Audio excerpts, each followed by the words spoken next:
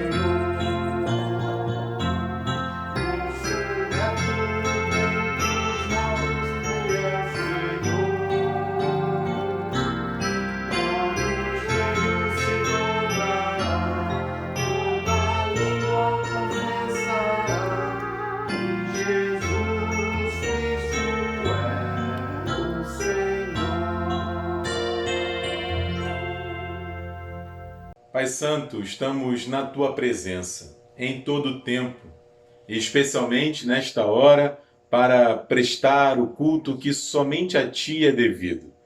Obrigado por nos trazer como igreja, juntos, como comunidade Tua, lavada, transformada pelo sangue do Teu Filho Jesus Cristo para a adoração.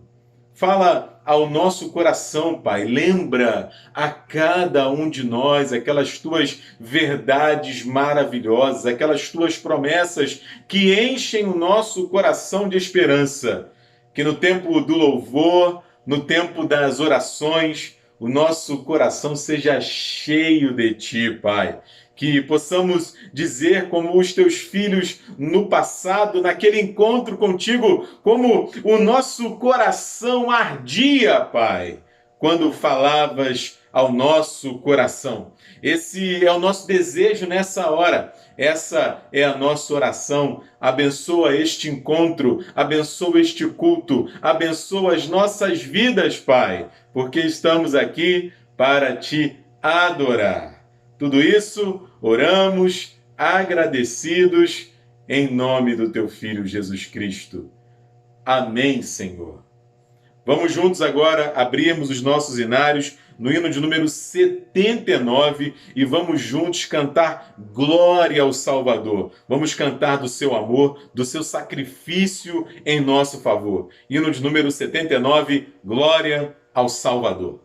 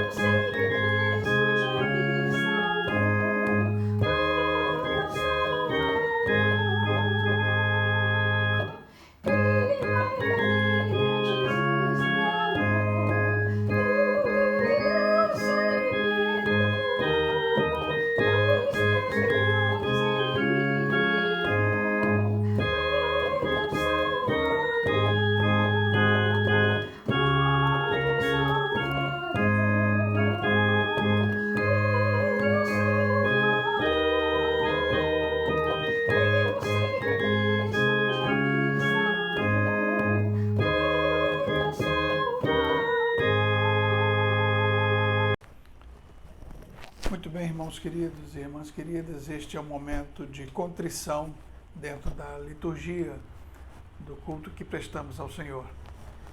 É o momento em que nós intercedemos junto a Deus por nós e pelos nossos irmãos.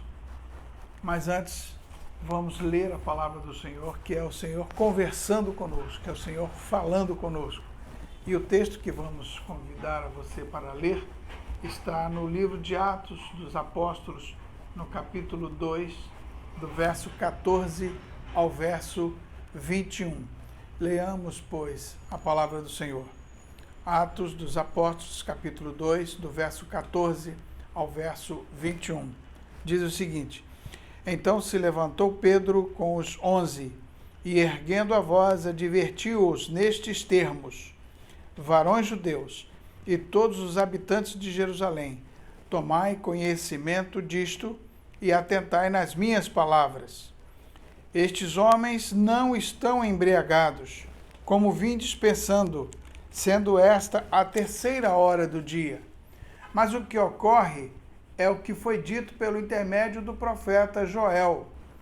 E acontecerá nos últimos dias, diz o Senhor, que derramarei do meu espírito sobre toda a carne. Vossos filhos e vossas filhas profetizarão, vossos jovens terão visões e sonharão vossos velhos. Até sobre os meus servos e sobre minhas servas derramarei do meu espírito naqueles dias, e profetizarão. Mostrarei prodígios em cima no céu e sinais embaixo na terra: sangue, fogo e vapor de fumaça. O sol se converterá em trevas e a lua em sangue, antes que venha o grande e glorioso dia do Senhor. E acontecerá que todo aquele que invocar o nome do Senhor será salvo. Que o Senhor aplique a sua palavra em nossos corações. Vamos ainda entoar louvor ao Senhor, o hino de número 66, que eu convido para que nós louvemos agora ao Senhor.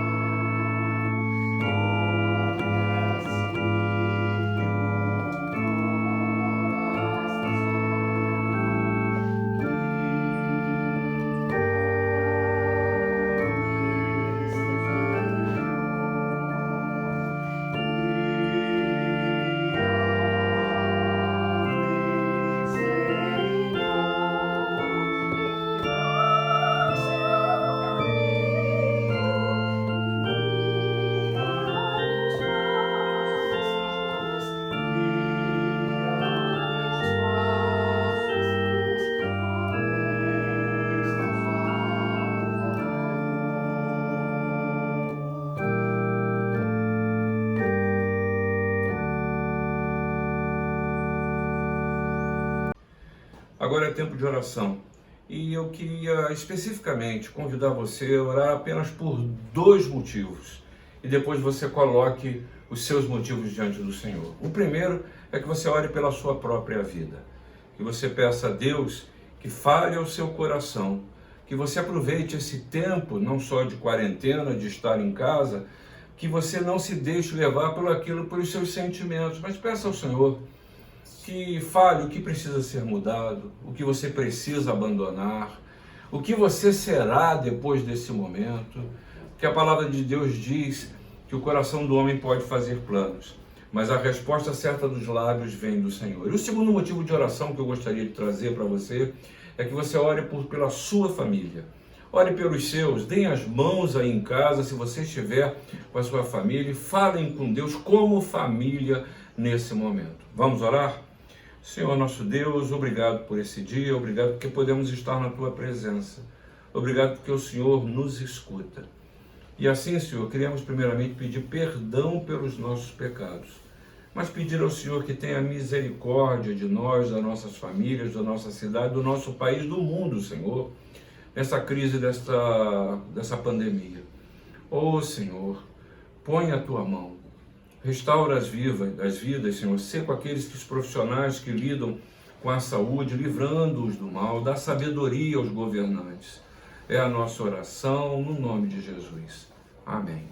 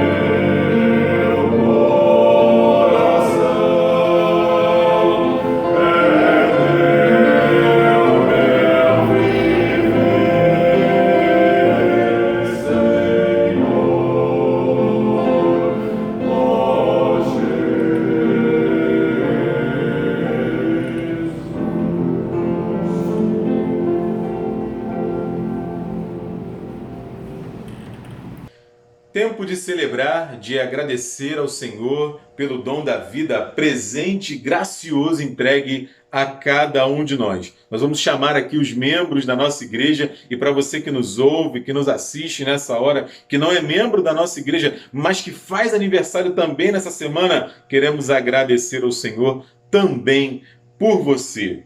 No dia 26, faz aniversário a Giovana Azevedo Glioche, o Dalton Mota de Barros. No dia 27, o Daniel Duarte Glória, o presbítero Vitor Camarinha da Silva, a Isabela Cavalcante Martins. No dia 28, a Maria da Glória Pinheiro, a Zenir Carolina de Castro Monfredo. No dia 29, a Zenilda Araújo de Andrade, a Sara Viana Costa, a Cláudia Regina de Oliveira Campos Camarinha, o José Renato Alves de Oliveira Lima, a Juliana Coelho Gomes e a Maria Madalena das Graças. No dia 30, a Michele da Silva Lisboa, a Marisa Gonê. No dia 1º, a Ana Beatriz da Silva Boechat e eu, este que vos fala, o reverendo Diego Brito Stallone de Lima. Finalmente, no dia 2, a Judite Catalim Santo Ferreira, o Carlos de Souza Fernandes, a Helena Arruda Len César, o nosso pastor emérito, reverendo Miguel Marques Rodrigues e a Zenilda Dias de Araújo. Feche seus olhos, vamos agradecer ao Senhor pela vida. Deus, como é bom neste momento de culto, neste tempo de adoração, reconhecer, Pai, que o Senhor é o dono da nossa vida. Reconhecer que ao longo da nossa história tens cuidado de nós. Em todo tempo tens mantido soberanamente a tua poderosa mão sobre a nossa história, de modo que em cada lance, em cada momento, seja ele de extrema alegria, seja de profunda tristeza, sabemos, Pai, que conosco estás.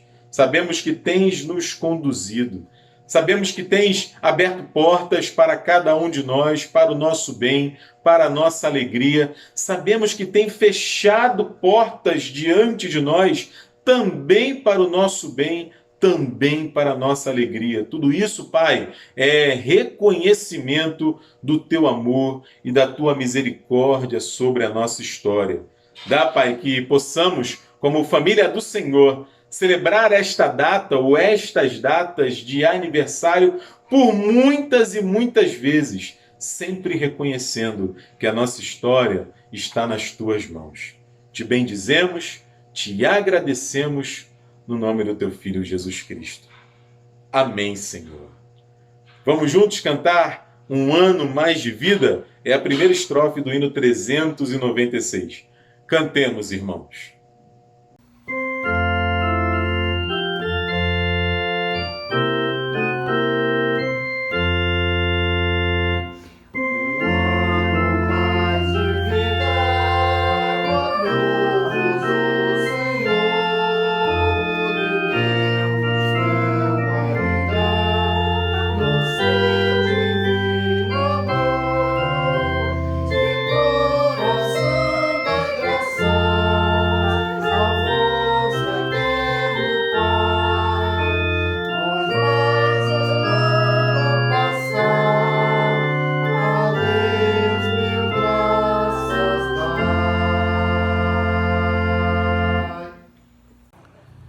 Irmãos, esse é o momento que nós chamamos de consagração. Quando temos a oportunidade de trazer os nossos dízimos, as nossas ofertas e, sobretudo, as nossas vidas para ser consagradas pelo Senhor. E me vem aqui à memória um episódio registrado na Palavra de Deus, muito próprio para este momento, que está lá em 2 Crônicas, no capítulo 20, especificamente no versículo 15, quando aquele homem de Deus chamado Josafá liderava um povo e ele fora informado de que havia uma multidão que estava vindo ao encontro dele para aniquilá-los, para acabar com eles. E ele não tinha recurso, ele não tinha gente suficiente, e ele se colocou diante de Deus com aquele povo que com ele estava clamando e orando ao Senhor. E aí o Senhor responde a Josafá aquilo que nós cantamos muitas das vezes com os jovens lá na igreja. Josafá, é meu, somente meu, todo o trabalho. E o seu trabalho é descansar em mim. Então façamos isso. Vamos levar ao altar de Deus o pouco do muito que o Senhor tem nos dado. Porque o trabalho maior será feito pelo Senhor, consagrando as nossas vidas e esses recursos. E assim nós estaremos ajudando as famílias que têm necessidade, cumprindo com os compromissos que a igreja tem.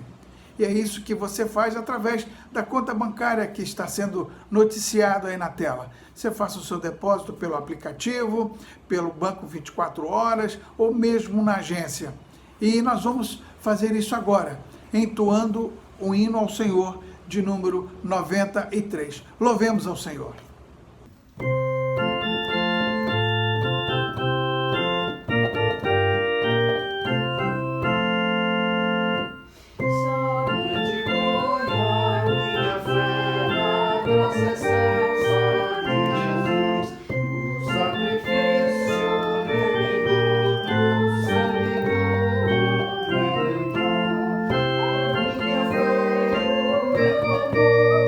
Estão firmados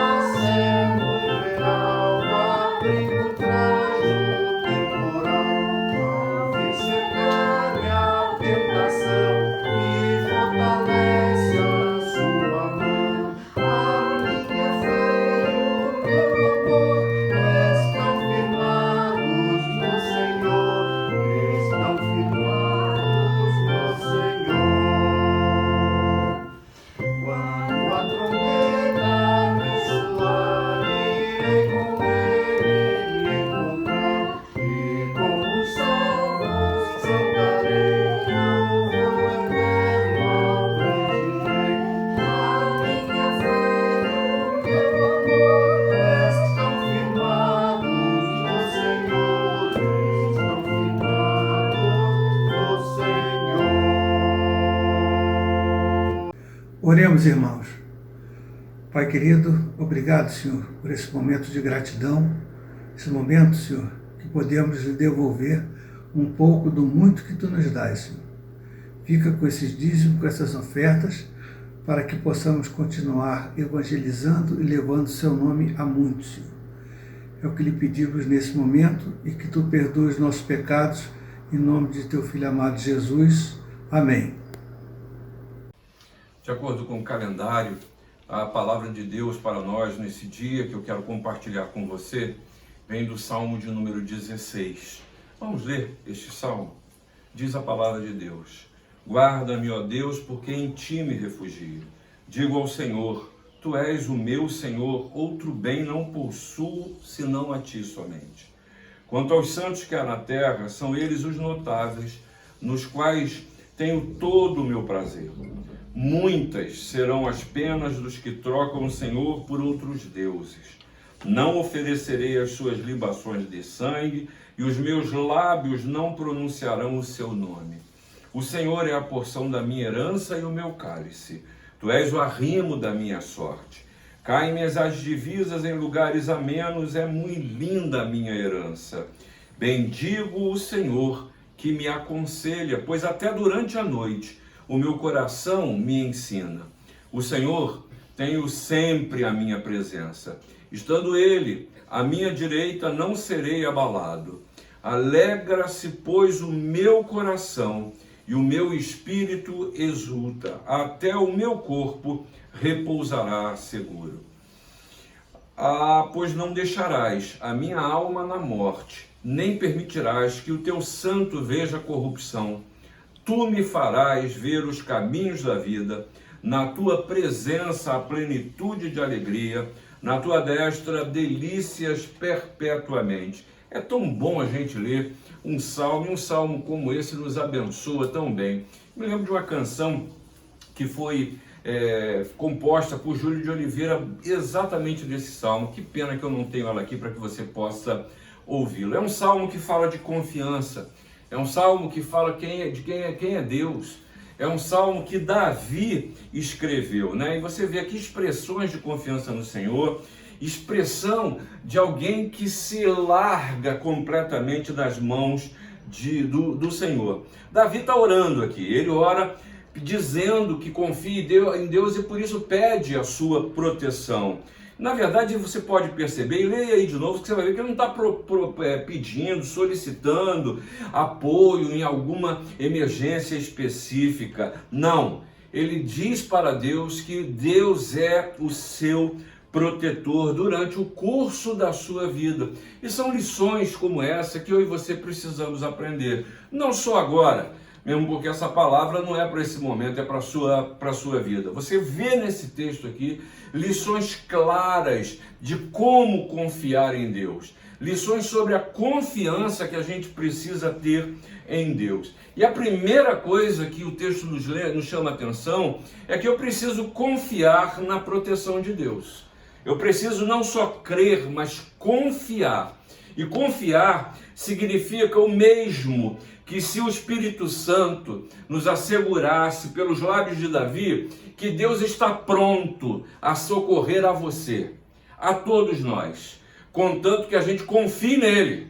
E a gente tem essa confiança de uma maneira absolutamente definida e estável.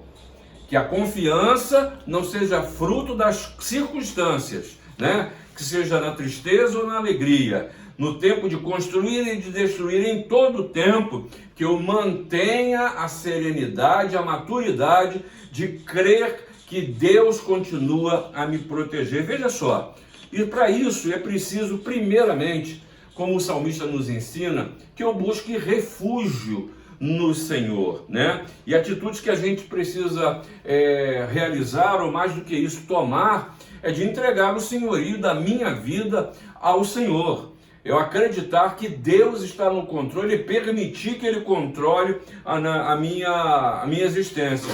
E isso eu até posso fazer lindas declarações, ajoelhar no sofá da minha sala, ou à noite no escuro do meu quarto, me ajoelhar e declarar isso. mas em circunstâncias, em momentos e situações, eu querer pegar de volta esse senhorio e eu assumir o controle das coisas. Buscar o refúgio do Senhor é deixar que o Senhor tome o controle. E aí, nesse sentido, eu preciso entender a amplitude e a profundidade do que é o refúgio que o Senhor oferece. E aí os salmos, eles são repletos de exemplo. Por exemplo, o refúgio no meio das lutas. Eu quero dizer para você que Deus não é anestesia. Deus age nas situações que eu enfrento. Diz o Salmo 9, Deus é refúgio para o oprimido, refúgio nas horas de tribulação. Diz o Salmo 59, refúgio e proteção no dia da minha angústia. O Salmo 69, quanto a mim, porém, amargurado e aflito, ponha-me o teu socorro, ó Deus, em alto refúgio. Eu poderia citar muito mais aqui, mas eu preciso lembrar que nas lutas Deus continua a ser refúgio. Mais do que isso, quando eu me sinto exposto ou abandonado, o Senhor também cuida de mim. O Senhor, ele lida com os humildes e mais do que isso, ele é refúgio. Ele olha, diz o salmista no Salmo 142, olha à minha direita e vê, pois não há quem me reconheça, nenhum lugar de refúgio, ninguém por mim se interessa, mas Deus se interessa. Deus é refúgio contra a perseguição. Deus, ele mostra os sinais da sua presença. E aí, irmãos, eu posso ficar falando aqui 2 horas, não vou fazer isso. E você mesmo assim não perceber os sinais de Deus. Você precisa olhar com os olhos da graça, da misericórdia. Você precisa ouvir a voz do Espírito Santo falando a você. Porque, olha, as misericórdias do Senhor se renovaram já nessa manhã. Eu posso chorar à noite, mas a alegria vem pela manhã. Hoje eu precisei fazer algumas compras, tá certo?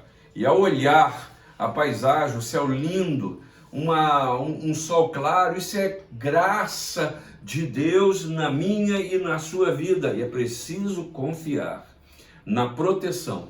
E mais do que isso, ter expectativas na ação de Deus.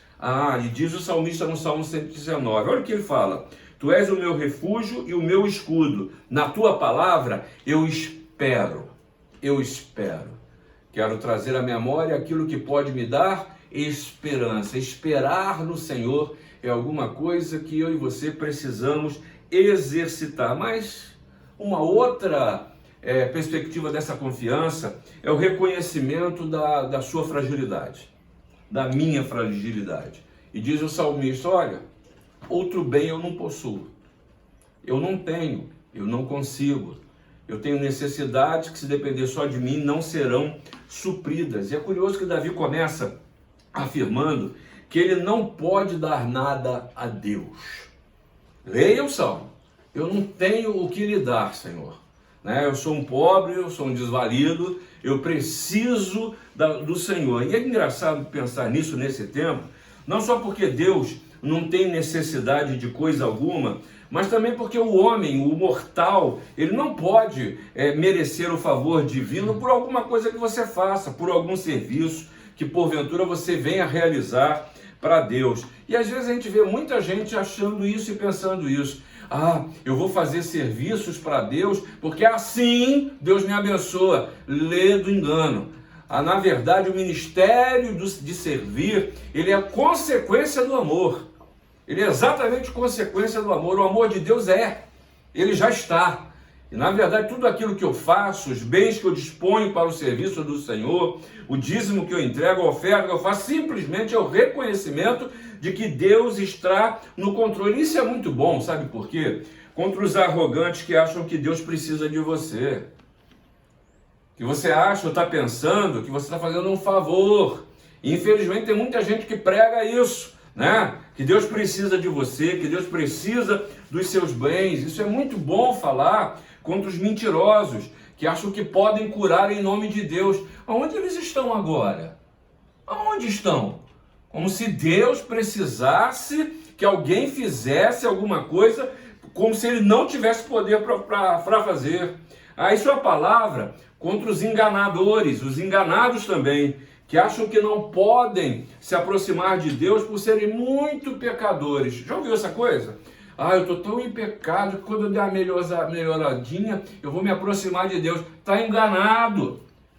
Isso é preciso, isso é falta de fé, e mais do que isso, confiança em Deus. Confiança na proteção que Deus lhe oferece. E aí eu me lembro das palavras de Jesus quando ele diz: não peço que os tireis do mundo, e sim que os guardes do mal. O Senhor é refúgio certo. Mas Davi nos ajuda, numa segunda consideração, a discernir o que é confiança. Porque eu estou falando em confiança e confiança, e eu não sei qual é a ideia, o conceito de confiança que você tem. Sabe por que eu digo isso? Porque a falsa confiança, ela gera consequências, né? E é preciso que a gente entenda o que é uma falsa confiança. Veja o versículo 4, quando ele diz: olha, eu não procuro outros deuses, eu não troco o Senhor por outros deuses. Ele está falando aqui de uma divindade pagã, de divindades pagãs. Quando ele está falando de libação de sangue, ele estava falando de uma oferenda que eram feitas nos cultos cananeus. Eles ofereciam essas libações de sangue aos seus ídolos, que era pura e simplesmente um ritual de derramar sangue como um sinal de honra a um Deus. Davi, ele não só se recusa a participar dessa liturgia, mas até mesmo a pronunciar o nome dos ídolos. Você viu que o texto não dá o nome? E aqui há uma importante lição para a gente. Muitas vezes a gente declara crer num só Deus, que nós somos salvos por Cristo Jesus, que o Espírito Santo habita em nós, mas seguimos a liturgia de outros deuses. Nas práticas da vida, seguimos a outros deuses. Na confiança que depositamos em homens, ou quem sabe em imagens, ou em situações, ou em bens. Nós seguimos a liturgia de outros deuses quando eu aceito a interpretação de homens para aquilo que Deus quer. E aí eu me lembrei, recebi um vídeo muito interessante, que era uma aula, um vídeo espanhol, eu não consegui descobrir a fonte. Que a pergunta básica do vídeo é o seguinte: uma professora está dentro da sua sala de aula e com uma pasta na mão, e pergunta aos alunos que cor é essa pasta. Eles dizem: a pasta é verde, né? Não é o nosso caso, mas essa pasta é verde. E aí ela combina: olha, quando entrar um aluno aqui atrasado, eu vou perguntar para vocês, tá? Que cor é a pasta? E vocês me respondam o seguinte: olha, a pasta é vermelha. E deixa a coisa acontecer. Ela acaba de dizer isso, entra o aluno desavisadamente atrasado, entra e se senta. E ela começa a perguntar. Pergunta um: que cor é a pasta? O cara responde: vermelha. Aí o sujeito que entrou atrasado entra assustado. Pergunta ao segundo, ao terceiro, pergunta a 10 pessoas e depois pergunta esse aluno que entrou atrasado. Ele está vendo a pasta verde. Todo mundo respondeu vermelha, ele titubeante vira e fala assim: a pasta é vermelha, é vermelha. E aí todo mundo cai na gargalhada. E aí a mestra, então, ela conclui trazendo uma palavra, um testemunho de Nietzsche, que disse que no mundo há dois tipos de pessoas: aqueles que seguem seus próprios desejos e aqueles que seguem os desejos dos outros. Aí está um grande exemplo de gente que segue outro Deus. A opinião dos outros, que segue a opinião dos outros, em detrimento do que Deus está falando ao seu coração. Olha, se existe uma coisa que eu creio que seja um pecado contra o Espírito, é quando você está sentindo no seu interior que não deve fazer e as circunstâncias lhe obrigam a fazer. Ou o reverso, quando você está sentindo que alguma coisa que Deus está lhe direcionando e você prefere ouvir a opinião pública, ou agir como os demais estão agindo. Sabe, há um princípio muito claro na palavra, que Deus não divide a sua glória. A glória que pertence a Deus pertence só a Ele. Olha o que Paulo falou aos Coríntios no capítulo 8 da primeira carta. Porque ainda que há também alguns que se chamem deuses, quer no céu ou sobre a terra, como há muitos deuses e muitos senhores, todavia, para nós há um só Deus, o Pai, de quem são todas as coisas e para quem existimos, e um só Senhor, Jesus Cristo, pelo qual são todas as coisas, e nós também por Ele. E aí, irmãos, eu e você, o ser humano é uma fábrica de ídolo e de deuses. e na nossa vida tudo pode se tornar um Deus. Seus bens, sua família, sua vontade, seus desejos, seus pensamentos.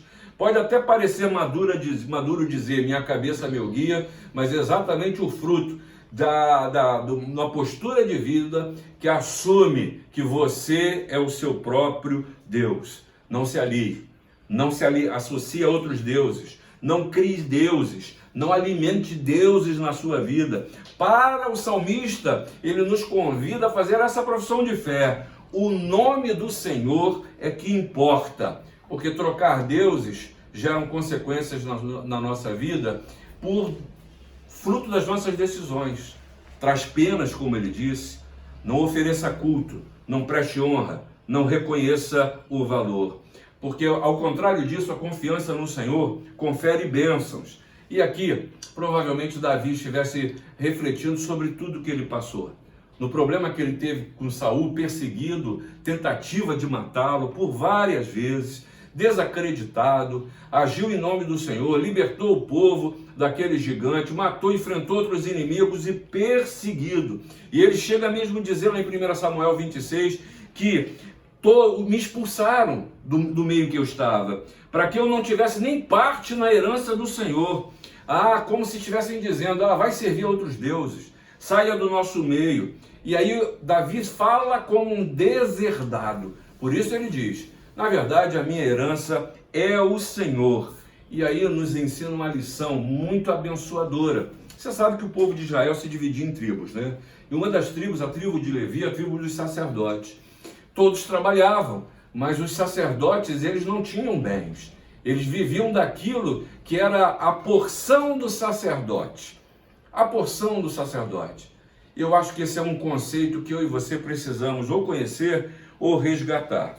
Ou seja, eles não tinham porção de herança em Israel, mas recebiam a sua parte daquilo que Deus os enviava. E sabe o que isso quer dizer? Primeiramente, você não pode esquecer que nós vemos a palavra de Deus nos ensinar no Novo Testamento, que agora os sacerdotes somos todos nós. Você, servo do Deus Altíssimo, nova criatura em Cristo Jesus. Você é um sacerdote da nova aliança, sem sombra de dúvida. Você e eu precisamos, mais do que nunca nesse tempo, aprender a viver com a porção do sacerdote. Que quer dizer, sabe o quê? Um coração que é satisfeito diante do Senhor. Que não são as coisas que determinam, não são as circunstâncias. Por isso ele diz, Senhor, Tu és a porção da minha herança. O Senhor é o arrimo da minha sorte. As minhas divisas caem em lugares que são amenos. Sabe por quê? Porque eu recebo o que vem do Senhor. Sabe o que é isso? É um coração satisfeito. Um coração satisfeito, sabe o que isso é? Confiança. Finalmente, Davi ainda nos ensina que eu preciso confiar na ação de Deus, no refúgio do Senhor, confiar no que Deus é, mas acima de tudo, confiar na maneira como Deus age, nos atos do Senhor. Confesso que isso é difícil. Difícil. Confesso que em oração tenho pedido ao Senhor que nos esclareça. Por que estamos trancados em casa? Por que essa pandemia, Senhor? Por que tanta gente morrendo? Eu não tenho essas respostas e não há quem tenha. Mas o Senhor nos diz que nós conhecemos em parte. Não nos compete saber o todo pela nossa imperfeição. Mas diz a palavra do Senhor que bem dizer a Ele, veja aí no versículo 7, é colocar-se numa atitude física e espiritual que me permite estar aberto para receber as bênçãos do Senhor e os seus benefícios. Veja só, versículo 7, o Senhor me aconselha em todo o tempo. Ele faz questão de ressaltar até durante a noite. E esse termo aconselhar, yakar, no hebraico, ele diz respeito à disciplina, à instrução, à admoestação, a um aprendizado específico. Ou seja, o Senhor está convidando a mim e a você que a gente tenha um coração que receba, que seja receptivo à correção e, mais do que isso, o conselho do Senhor. É ter o espírito de ovelha, que ao ouvir o seu pastor direcionar, vai atrás. É ter um coração ministrável, sem pressupostos. É deixar Deus trabalhar na minha vida, na sua vida, no seu coração, nas suas atitudes, nas suas reações, no seu querer. Irmão, confia, irmã, na ação de Deus. Mas para isso, o versículo 8 te ensina, é preciso ter consciência da presença. Aí diz o salmista, onde Deus está não há abalo. Cuidado com isso, cuidado. Essa é uma declaração que eu e você precisamos ter consciência do nosso estado para que a gente possa fazer. Olha o que ele diz, não serei abalado. Isso é uma afirmação. Eu não vou ser abalado porque tenho a consciência da presença de Deus. E eu posso fazê-la para querer acreditar, sem estar acreditando. E o que é pior, sem ter vida para sustentar isso. Sem ter vida para sustentar isso. Eu posso fazer isso até por arrogância, por achar que eu sou bom demais. Não há o que me abale. E eu já ouvi gente dizer isso. Eu posso fazê-la até, como diz aí no jargão popular, como um fanfarrão, por fanfarronice. Isso comigo não vai pegar não. Não ser abalado, na verdade, é consequência de estar na presença do Senhor. É ter o Senhor sempre na sua presença. E aí você precisa ler, eu queria que você depois lesse o Salmo 15, o Salmo é exatamente anterior a esse, e a conclusão, dizendo que quem deste modo procede, não será jamais abalado. Por que eu estou falando isso? Eu já estou caminhando para o final. Ao falar de confiança em Deus, em alegria, em um bem-estar espiritual, e na maneira como eu olho a vida, e o salmista termina por dizer que não deixará minha alma na morte, não permitirá ver corrupção, que Deus trabalha até na minha maneira de ver, que a presença do Senhor confere plenitude de alegria, que a mão do Senhor oferece delícias perpétuas. A síntese disso tudo é Jesus. É Jesus que veio para que você tenha vida e vida em abundância. É Jesus que lhe convida e continua a dizer, vinde a mim todos vós, que estáis cansados e sobrecarregados, e eu vos aliviarei. O fardo é leve. É Jesus que é a síntese de Deus, é Deus encarnado, e vem ao nosso encontro e diz, eu estou convosco, eu estou convosco. Você e eu não estamos sós, confie que Jesus continua no controle, Ele é o Senhor de todas as coisas. Esse é um tempo de que você pense num Deus que não é genérico, que você pense num Deus, e às vezes a gente fala no grande Deus, no Deus de Abraão, Isaac e Jacó, no Deus das nações, no Deus de todos. E tem gente que chega mesmo a afirmar, todos os deuses é um Deus só existe um Deus. Mas o único Deus que revelou-se em seu Filho, foi o Deus Altíssimo que nos trouxe Cristo Jesus, que nos ofereceu salvação. A Ele considere entregar a sua vida, a Ele considere rever os seus passos, a Ele aprenda a ser um verdadeiro discípulo, porque Jesus até isso faz questão de nos ensinar. Que Deus nos abençoe. Amém.